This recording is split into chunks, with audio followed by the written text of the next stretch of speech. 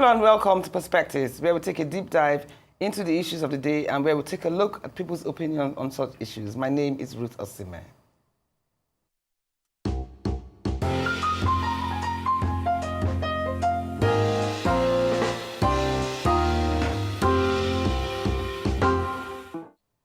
Welcome back to Perspectives, the On the Rise News. Welcome to our discussion on education in Nigeria. For students in underserved communities, quality education isn't just a path forward, it's a vital bridge that can shape their futures and influence Nigeria's trajectory. Today, we find ourselves at a critical point that calls for both reflection and action. So how do we ensure that every Nigerian child, regardless of background, gains access to an education that empowers them? What steps will we take to help us build an educational system that truly reflects our commitments to equity and opportunity? Now, more than ever, it's essential for every stakeholder to play a role in equipping each child with the skills to lead and innovate in an ever-changing world. A transformative vision for our education system isn't just ideal, it's foundational to building a prosperous and united Nigeria. So let's dive into this conversation with the experts who are making it happen. We're heading for a short break, but stay with us because we'll get the ball rolling immediately. We'll come back with our first set of guests. Boyo, Tonya Udimo, and Bolaji Osime. Perspectives will return in just a moment.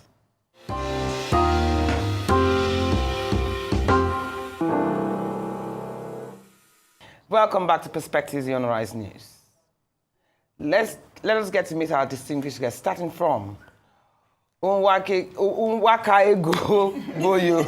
who is an actor, filmmaker, and an advocate for education. She is the founder of Temple Productions and Tempo Media Advocacy, promoting women's rights, education, and social equity. Ego chairs the Lagos Fringe Festival and serves on the boards of several organizations, including the Mirabel Center and Lagos Prep School, championing women's empowerment and education. We're also being joined by Tonya Udimo, programs lead at Oando Foundation, a social impact strategist with 15 years in development and community building. Tonya has guided CSR initiatives and worked with USAID, UNICEF, and DFID, focusing on policy, resource mobilization, and effective project outcomes. She is passionate about transforming lives through social development and supports smaller non-profit and social enterprises. And as I always say, the last but certainly not the least for this segment is Bolaji Osime, an entrepreneur and educationist, CEO of Global International College and founder of IFAN and ERIT, committed to advancing Nigerian education. With over 20 years in the field, she integrates technology to enhance learning and has consulted for the Federal Ministry of Education and several state governments. Recently, she launched the EcoStar project to transform Lagos schools and consult on skills development for the NBTE. It's my great pleasure to have you very strong women with us today in Perspectives. I must welcome you. Thank you. Thank you. So let's start, because I don't know whether you guys saw that there was a video that went viral about this pay as you go, and children were being made to pay 100 naira daily for school fees. That's what inspired me to want to have this discussion today. So let me start with you, Tonya, because you are an NGO person. So what are the main initiatives your NGO does to support children in rural schools or education in Nigeria? Okay, I think to answer that question, I'll just speak a bit about the challenges that we see. Yes, the challenges that you see. So I'll just categorize the challenges very briefly into three key areas: access, quality, and then financing. Access, we hear or we know that it is estimated that over 20 million children are out of school in Nigeria. That number has significantly increased. 20 million? Yes, I thought it was 18. over 20 million. Goodness. And that number has increased since the COVID pandemic because for children in public schools, there was significant learning loss. They didn't have the digital assets that their counterparts in the private schools had. And so that number has significantly increased. Secondly, about quality, it's not just enough to have children in school, it's also important to ensure that the children in school are learning. The World Bank report recently says that 9 out of 10 children, by the time they're age 10, who have been in school consistently, 9 out of 10 of them are not able to read simple sentences or solve simple math. Wow. So what that means is that you have children who are going to school essentially to learn, but they're not learning. And so we have a huge gap in terms of quality. It's also the issue around the curriculum and how it's fit for purpose, ensuring that you're preparing the children with the relevant skills and competencies that is required for them to be able to move forward. And then the final one that I'll speak about, because we don't have a lot of time, is financing. UNESCO estimates, or at least recommends, that serious governments, national governments, should devote at least 15 to 25% of their annual budget to education, because it's a core need. In Nigeria, over the last couple of years, most recently in 2024, our budget to education is about 6%. So that just tells you the gap that currently exists and the need for us to fill the gap. So what are we doing as a Wando Foundation? It's realizing that there's a gap, realizing that government alone may not be able to solve all the problems. And because we are we were set up by a private sector, and who is the greatest uptaker of graduates from Nigeria, if not the private sector? And we want to ensure that the quality of people, graduates that come into the labor market are such that we can take on. And so what we're doing is attacking the issue from the root. So our focus is basic education, foundational learning for children who are in school, ensuring that the basic literacy and numeracy skills that are required, the competencies that are required, they get it. For those who are out of school, coming up with interventions that would ensure they get back into school. If that means incentivizing the parents, if that means coming up with awareness and sensitization activities, all of that. And then for those who are also in school, ensuring that we're providing support to teachers. So for us, it's an integrated support system. Support to teachers, infrastructure for the school so that the children are learning in a conducive environment, scholarship for the indigent children so that they can transition from primary into secondary school, and then support system strengthening, because it's not just enough to support the school. There are other structures that support the school system, i.e. the local governments and the state universal basic education board. It's interesting that it's a lot of work. Yes, to talk about support. So let me go to you, Ego.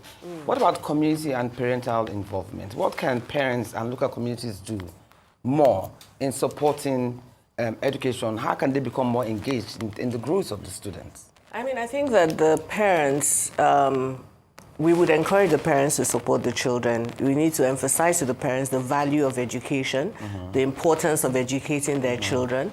And then you talk about the fact that when you say you should encourage them to support, you have to also train the parents to be able to understand the value of that education. So that is, community involvement would mean putting in place initiatives like training parents just as well as you're training the teachers. You're putting forward outreaches so that you can talk to parents one-on-one about, you know, the value of it, emphasizing to them the value of education, the importance of education, their children, boys and girls. Because what we also see, and Tonya and Bolaji will back me up, that a lot of girls are kept out of school. Sometimes culturally, the parents prioritize the education for their sons over the girls. So just emphasizing that it is important for you to educate both girls and boys.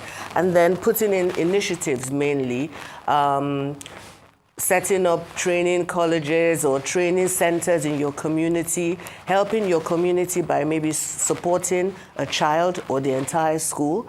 Putting all those sort of resource and initiatives in place, you know, supplying backpacks with books and other resources that they might need, putting in place things for parents that can have access to additional funding, because funding is a major issue. Poverty is, yes.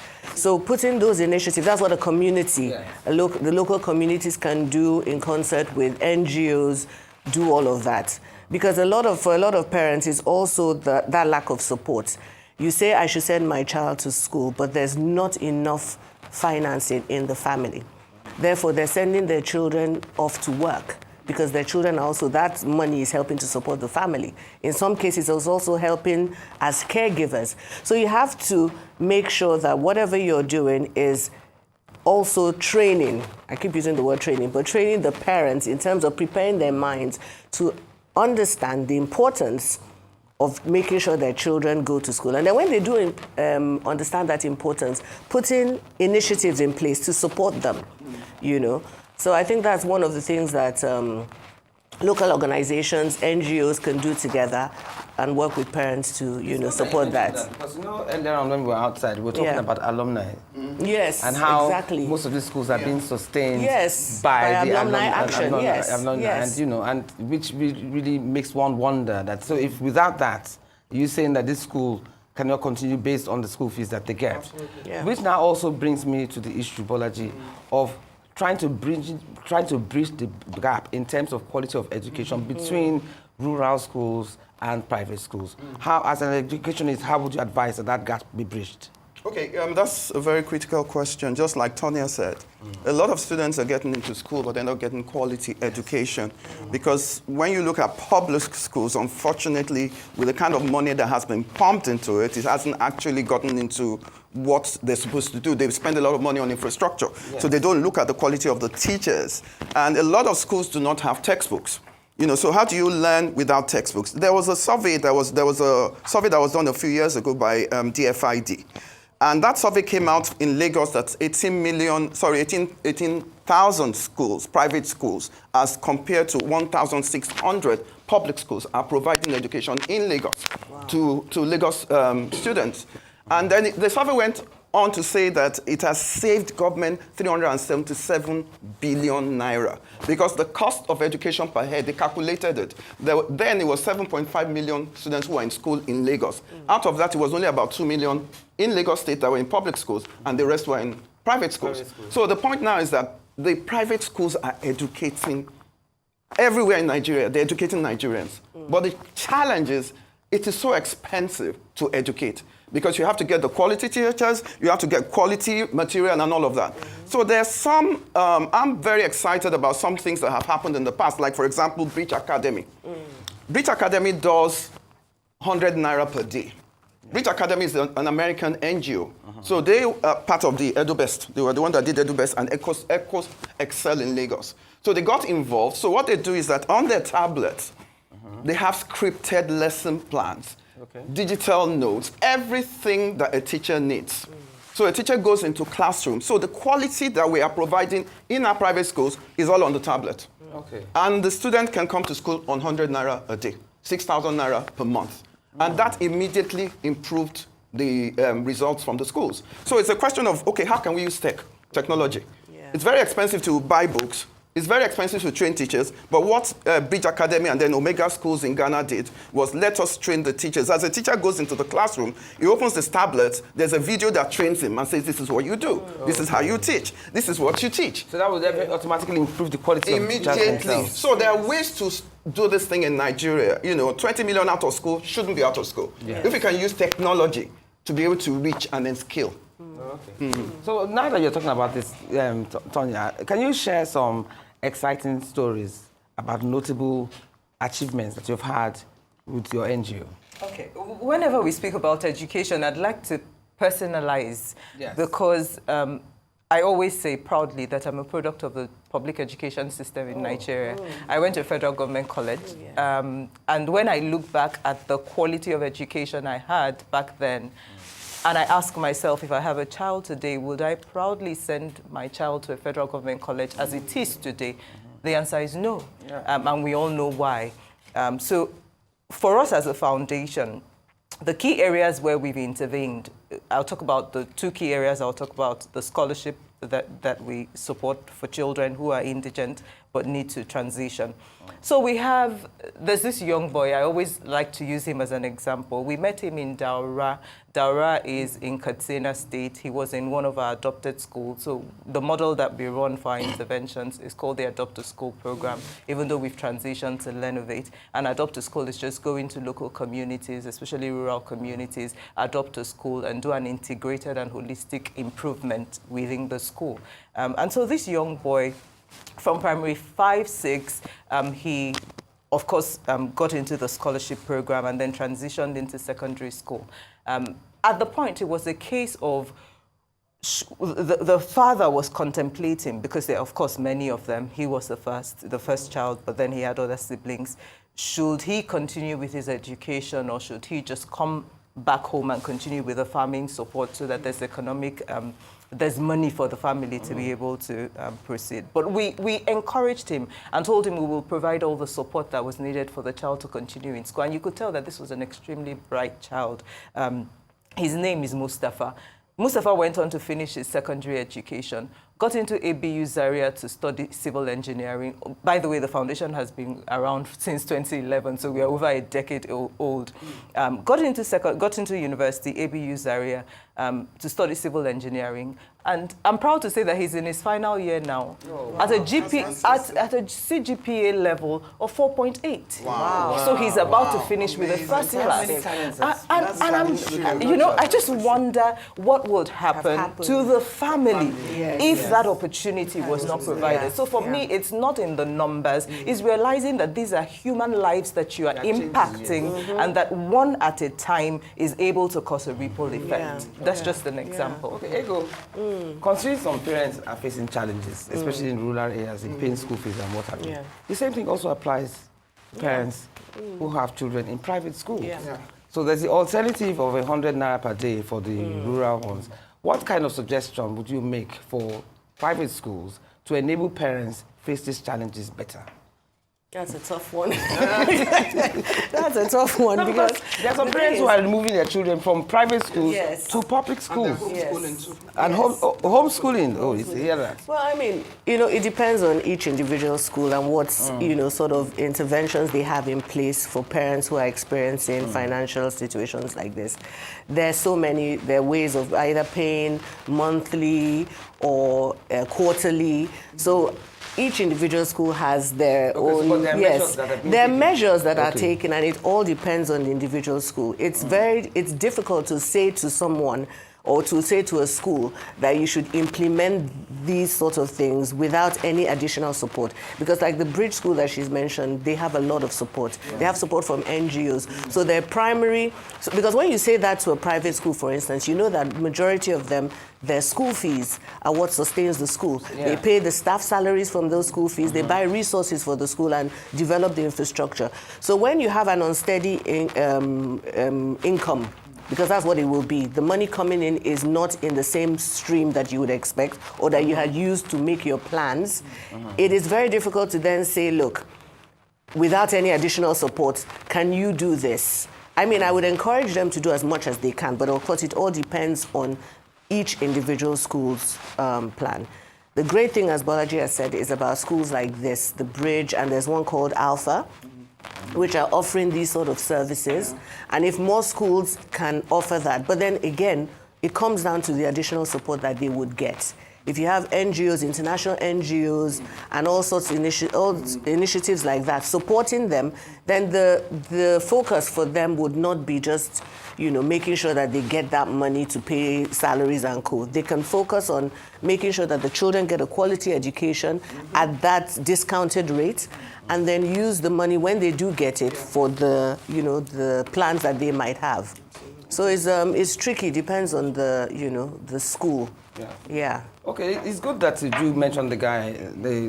Tonya mentioned Mustafa's situation. But for most rural schools, how do you assess student performance? And there are better ways to measure their educational progress. Oh yes, absolutely. That's why I said tech is critical. Tech is very important now. Like on the platform with the Bridge, it's so interesting. Like in their head office in the US, they see everything. As a teacher goes into the classroom, they monitor. Attendance of teachers is important. Attendance of students is important to make sure there's no dropout. So they know when the teacher opens the thing and the teacher is teaching. So they can monitor from there. And then when they do the assessments, because you either assess, through immediately summative and formative assessments. So you're assessing the student because you have to have a feedback. In my school, you just don't teach a subject and not get feedback. So you're like, okay, do quizzes or ask questions, so you assess them. Then you have the terminal exams, which is the WIAC exams, or the Becker exams. So there are different ways of assessing. But what we are also advocating is that we need to do more of not just standardized exams. We need more project-based exams because these young people are going into the private sector. So they need problem-solving skills. So you need to get them to do project-based learning. So why don't you bring the business and the private sector into your classrooms, for example, and then put the kids around the table and say, oh, yeah, solve this problem. See the flooding in Lagos. How do you solve flooding in Lagos? So that makes, and they love that. They don't like a teacher standing in front of them, just teaching. They cannot, this Gen Z, they're different. They've been exposed, they're on the internet, they see what's happening all over the world, they want to be part of climate change, and then the professions and the degrees are different.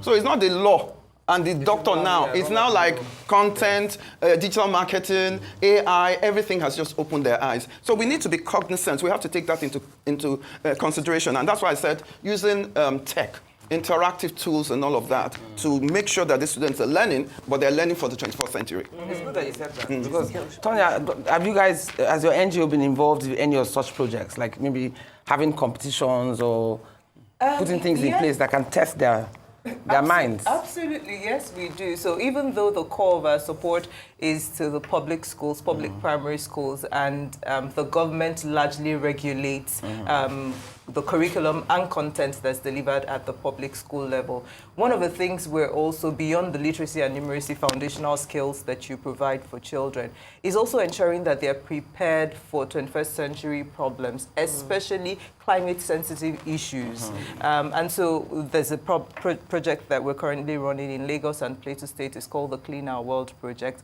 So what are we doing with the Clean Our World Project is ensuring that children who are in primary schools learn basic skills, practical skills that will help them become first responsible for the environment and then in turn become champions that when they go home, they go to their families, they go to their neighborhood amongst their friends, they're able to champion these initiatives that will help to preserve the environment. And what we found is that children are very competitive.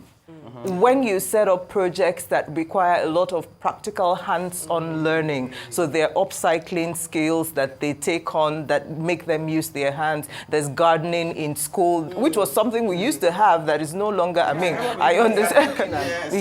So they have gardens in school where they grow vegetables, cucumbers, tomatoes and things. And for them, they're always very excited whenever it's time to harvest because they're taking something home. So it's, yes, in that project, we've been able to not just teach and transfer knowledge, but also strengthen children with practical skills that they can in turn transfer to either people back home or to their friends. So that's one example of what the foundation has been able to do. But speaking to digital technology, what we've also found is in the schools where we've set up ICT centers, because that's one of the components of the program that the foundation runs, most public schools, when you go, they only know about computers. It's cringeworthy when a teacher needs to teach about computer studies in a primary school. So you draw a computer on a blackboard and then you begin to teach a child. How does that work? So what we do is set up an ICT center. First of all, let the children have knowledge of it and then begin to incorporate it into the learning process. So when you teach math, when they come to the ICT center, there should be components of that they can digitally utilize. So that way it's an experience they are having. They are not disconnected from the use of technology. Let me ask Ego, because you also find that, I remembered when I was young, in primary school, there were children that were special needs, and but they didn't sort of separate us. They put us in the same class, and usually those ones that needed or were special needs children were always like 3 or 4 steps behind. And looking back now, I'm thinking, what is the advantage of doing that? Putting a child, even though you want to put them with their peers, but mentally and physically they are not on the same page with their peers. So what do you think schools should do more to support children of special needs and help them, educate them to become better citizens or better themselves, to be able to cope with the outside world? So in schools, especially private schools, what extra things you think they need to do to provide for that? In my own experience working with the school that I have worked with, we had an excellent SEN, special needs education department. We took on children and we really took their education as priority. what you said about not separating different. We had children that were visually challenged in our classes growing up in school then. Now, it's one of those things where we shouldn't, segregate in that way. Yeah. But the schools also have got to have professionals in place. Yeah. If you don't have a professional, then that child is left behind regardless. So the schools have got to have trained professionals in the school to be able to deal with how best to educate a special needs child. Okay, well, what about in classes? Do they sit with in them classes? In the class, yes, they can sit in the same class, and then they have special, attention paid to them within the class. I remember going to visit a school with you guys somewhere, I can't remember, somewhere in Lagos, and there was a teacher who was in the school, and he was a trained SEN professional. And he was working in the school, and the parents in the area had brought children with different disabilities, from physical disabilities to mental disabilities, all sorts of disabilities. But when they found out that there was that one teacher in that school, we had a class full of children, and he was so engaged.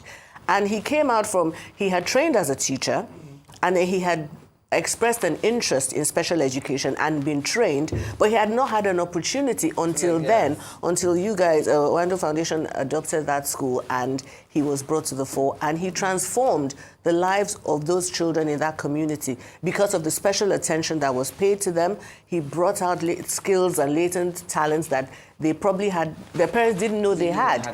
So if you had the opportunity, it is to train in that field, or to have teachers that are trained specially to handle that sort of the education of children with special needs. But I would encourage any school, because it's something you can't discriminate against children that they should not be left behind. They must be included because they have skills and their talents, and you just have to pay attention to them and bring it out. Yes, yeah. Okay. So now speaking of teachers, Bolaji, I don't know whether this was a couple of years ago, where the former governor. We're supposed to begin on break now, so I'll save that question for later. Okay. So don't go anywhere. We're going to the break right. I will see you right back on Perspectives.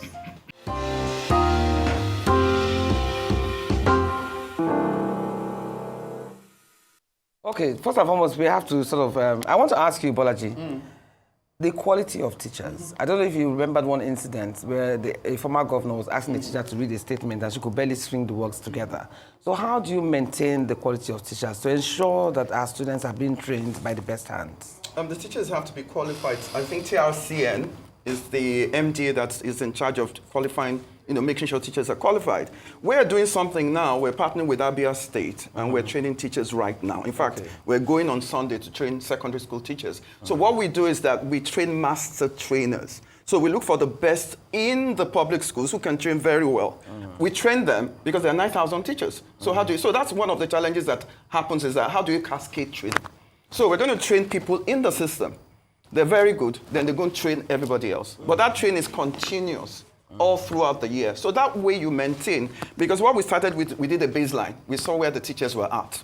And we said, we need to get them from this place to that place. Because a teacher cannot give more than he has. The student is what the teacher can teach is what the student is going to learn. So you are going to find that students are failing because teachers don't know. But not because we're not trained. So that's what we're doing now. So we're training them. They're going to cascade to 9,000. It's going to be over the next 2 years. And in that way, we can improve. So governments have to ensure, if they can get from private sector, we are private sector trainers, we have private sector teachers who are teaching in classrooms, who have excellent results, and they're going to the state and they're training the teachers. Okay, good one.